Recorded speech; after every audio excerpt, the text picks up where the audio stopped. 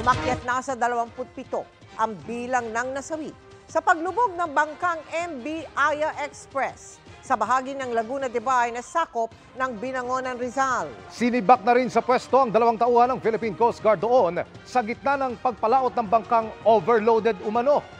Lumabas na maraming humabol sumakay kahit naipasa na ang listahan ng mga pasahero at maraming hindi naka-life vest. Yan ang tinutukan live ni Joseph Moros.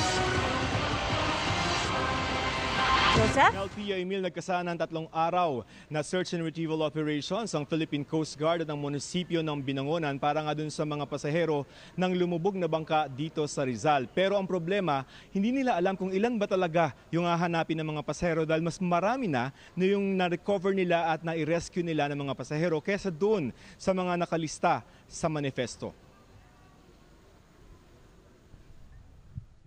Ito ang manifesto na isinimite ng kapitan ng Aya Express sa Philippine Coast Guard bago ito lumayag kahapon, papuntang Barangay Hanosa sa Talim Island pasado 1:00 ng hapon. Dito, 22 mga pasahero lamang ang nakalista, pero lumalabas na lagpas dito ang sakay niya ng pumalaot. Sa pinakahuling bilang ng Binangonan Municipal Disaster Risk and Management Council, 43 ang nakaligtas at 27 na ang nakitang patay o kabuang 70 na katao. Aminado mismo ang kapitan ng bangka na si Donald Anyain, hanggang 42 na pasahero lamang ang kapasidad ng kanyang bangka. Habang naglalakad po pupuntang Coast Guard, may sumasakay pa po na may sumasakay. Minsan po naman ma'am, kahit ayaw mo nang pasakayin sila, yung pasahero po nagagalit. Kaya po ni Lord na ayaw ko magsakay ng madami. Ayaw ko po. Ayon sa Philippine Coast Guard, katatapos lamang ng bagyong Egay at marami raw ang stranded sa Pritil kung saan nagmulang maglayag ang bangka. 3 days lang suspended ng biyahe. So maraming gustong umuwi. Ayon sa isa sa mga nakaligtas na si Mar, napansin niyang halos triple ang dami ng pasahero ng bangka noong panahong yun. Mga 50 to 60 nagre-range po. Kung 60 man po, mga 65, 67, ganun po. Marami rin daw sa kanila ang hindi nag-life vest, bagaman meron ng bangka, pero nakatali pa ang mga ito. May mga hindi rin daw nagpalista sa manifesto. Sa videong kuha ni Mar, bagamat maulap, kalmado pa ang lawa nang umalis sila. Pero halos 10 minuto pa lamang sila naglalayag, biglang nagbago ang panahon. Bumuhos ang malakas na ulan na sinabayan ng malakas na hangin na kung tawagin nila dito'y unos. At sa isa pang video ni Mar, nakapayong na mga pasahero at napapasigaw pa ang ilan.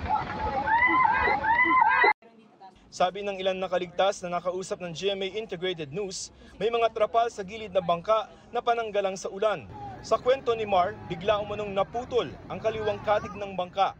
Dito na raw nagpanik ang mga pasahero, dahilan para tuluyang mawala ng balanse ang bangka at tumaob ito. Nagpanik na kami kasi almost 5 inches na lang nilubog na eh.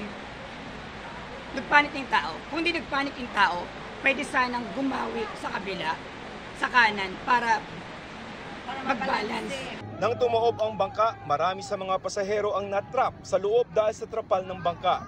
Nailigtas si Mar ng isang rescuer galing sa barangay Kalinawan. Nasa tuktok ako ng bangka, nasabi ko sumisigaw po kong tulong, kitang-kita ko po, wala pa po sa kalahati yung buhay, nasa ilalim lahat. Sabi ni Mar, wala raw tauhan ng Coast Guard nung umalis sila. Hindi pa payag ang Coast Guard na maglayag yung bangka na marami kami, na wala kaming life vest.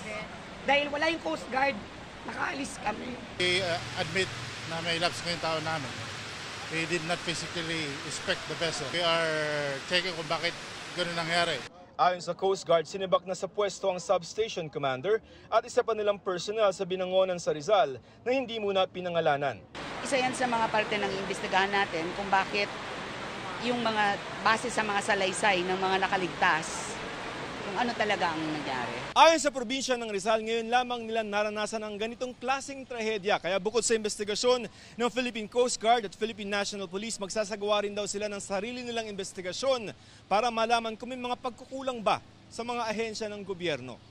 Ang Maritime Industry Authority o Marina magsasagawa rin ng Marine Safety Investigation oras na matapos ang search and retrieval operation at papadalhan ng subpoena ang may-ari ng barko na si Rufino Antonil para sa administratibong pagdinig. Naharap naman sa reklamong fraud ang kapitan ng barko at posibleng reklamo ng reckless imprudence resulting in multiple homicide. Sa mga litratong ito, naitabi na ang bangka at ininspeksyon kung may mga natrap pang mga pasahero Hanggang Linggo raw sila magsasagawa ng operasyon sa paghahanap ng mga nawawala. Pia, kanina nga ay itinigil muna ng Coast Guard ang pagsisid sa lawa bandang 1:30 ng hapon dahil malabo daw ang tubig dito sa lawa dahil maputik. Itutuloy nila yan bukas ng umaga at magtatagal yan hanggang sa Linggo. Pero umaasa ang Binangonan Disaster Council na sana naman ay yung mga nakuha nila ay yan na yun para hindi na dumami pa yung bilang ng mga biktima ng paglubog ng bangkang ito dito sa Rizal. Pia? Maraming salamat, Joseph Moro.